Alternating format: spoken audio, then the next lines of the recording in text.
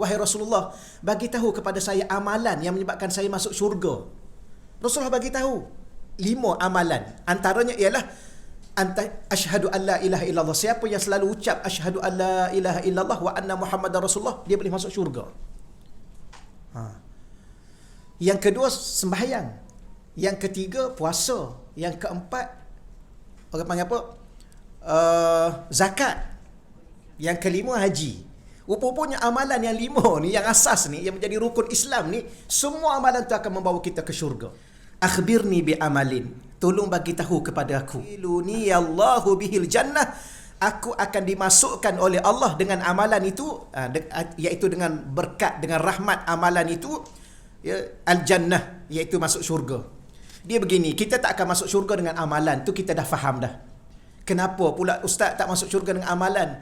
Tak cukup. Betul ya? Dah tahu dah? Dah rasa? Tak cukup. Ada orang dia tahu tapi dia tak rasa, dia rasa masih cukup.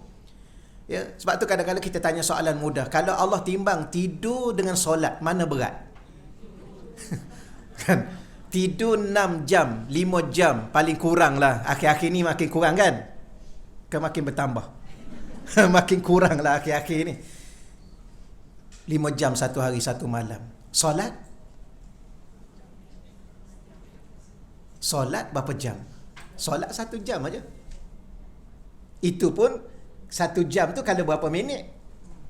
Kalau 10 minit satu waktu, campur dengan zikir wirid, baru 50 minit. 1 jam lah. Tidur berapa jam? Tidur 5 hingga 6 jam. Kalau timbang, tak payah tanya lah. Tu tak campur tidur hari Minggu.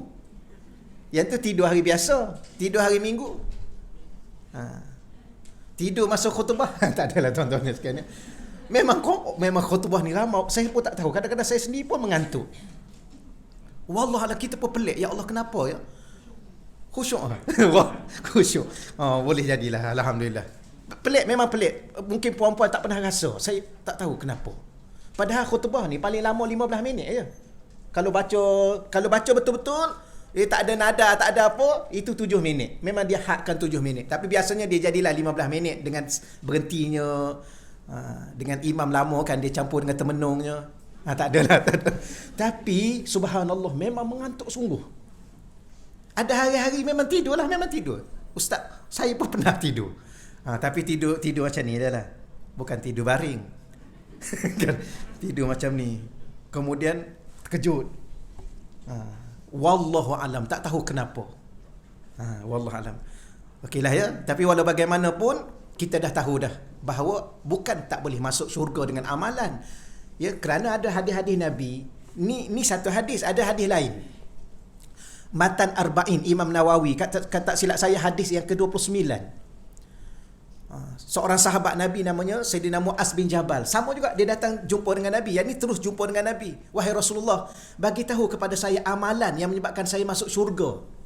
Rasulullah bagi tahu 5 amalan. Antaranya ialah asyhadu an la ilaha illallah. Siapa yang selalu ucap asyhadu an la ilaha illallah wa anna Muhammadar Rasulullah, dia boleh masuk syurga.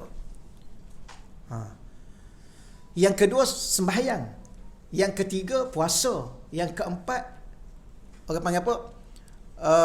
Zakat. Yang kelima, haji. Rupanya amalan yang 5 ni, yang asas ni, yang menjadi rukun Islam ni, semua amalan tu akan membawa kita ke syurga. Tapi persoalan sekarang ni, bila mana kita belajar pula, ada hadis Nabi mengatakan, i'lamu, ketahuilah wahai umatku, annahu, bahawa sesungguhnya lan, buat selama-lamanya, lan yanjua ahadum minkum bi amalih, tidak ada seorang pun di antara kamu ni yang masuk syurga dengan amalan dia. Pula dah, kenapa adakah dia bercanggah? Tidak. Sebenarnya amalan kita tak cukup. Habis amalan ni nak buat apa? Nak dapat rahmat Allah. Tapi sebab kita hurai balik di sini, akhbirni wahai Sayyidina Thauban, bagi tahu kepada aku dengan amalan. A'maluhu, amalan tu akan beramal. Ya, dengan amalan itu. Dengan amalan itu pula, yudkhiluni Allah Ta'ala yang akan masukkan aku dengan amalan itu. Tengok bahasa. Ya, halus bahasa dia. Allah Ta'ala yang akan masukkan aku dengan amalan itu. Sebab apa? Dengan amalan tu aku akan dapat rahmat Allah. Allah yang akan masukkan. Bukan amalan tu yang akan masukkan kita ke syurga. Tapi jangan pula salah faham tentang setengah-setengah orang. Kalau macam tu tak payah solat lah ustaz. Dah tak masuk syurga juga. Oh, kalau yang solat tu pun tak tahu masuk syurga. Kalau tak solat, kita jawab. Ya, kadang-kadang dia mudah ambil keputusan. Kita pun jawab dengan mudah je lah. Lepas tu kadang-kadang orang cakap, tu yang datang kuliah tu pun belum masuk syurga tu. Wah, sedap lah dia cakap. Ya. Habis yang tak datang kuliah langsung tu masuk syurga dengan mudah. Tak apalah, tu biarkanlah sebenarnya saja je lah ya. Rugi masuk. Kadang-kadang akhir zaman ni, tuan-tuan yang dirahmati Allah sekalian, kita kena buang-buang benda-benda yang samping-sampingan ni, tak payah cerita panjang lah. Rugi masuk. Okey, baik. Selesai, seterusnya, dia akan masukkan aku syurga. Syurga tu pula disebut satu. Tu kalau kita teliti bahasa Arab, seronok juga. Paling-paling kurang dengan amalan tu aku dapat masuk sebuah syurga. Dan kita ni sebenarnya kena layakkan untuk sebuah syurga. Sebab kalau tak masuk sebuah, dia tak ada sebahagian. Saya ni ustaz, masuk sebahagian syurga pun okey dah. Ya.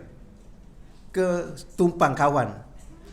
Syurga kan luas. Syurga kan 7 petala langit, 7 petala bumi. Takkan nak tumpang 1 ekar pun tak boleh. Kan? Tak boleh. Ya. Sebab tu ada ayat-ayat yang lain, wasari'u ila maghfiratin min rabbikum wa jannah. Hendaklah engkau bersegera mendapatkan keampunan Tuhanmu dan satu syurga. Tak ada bagi separuh, tak ada bagi 1/3, tak ada. Jadi satu syurga.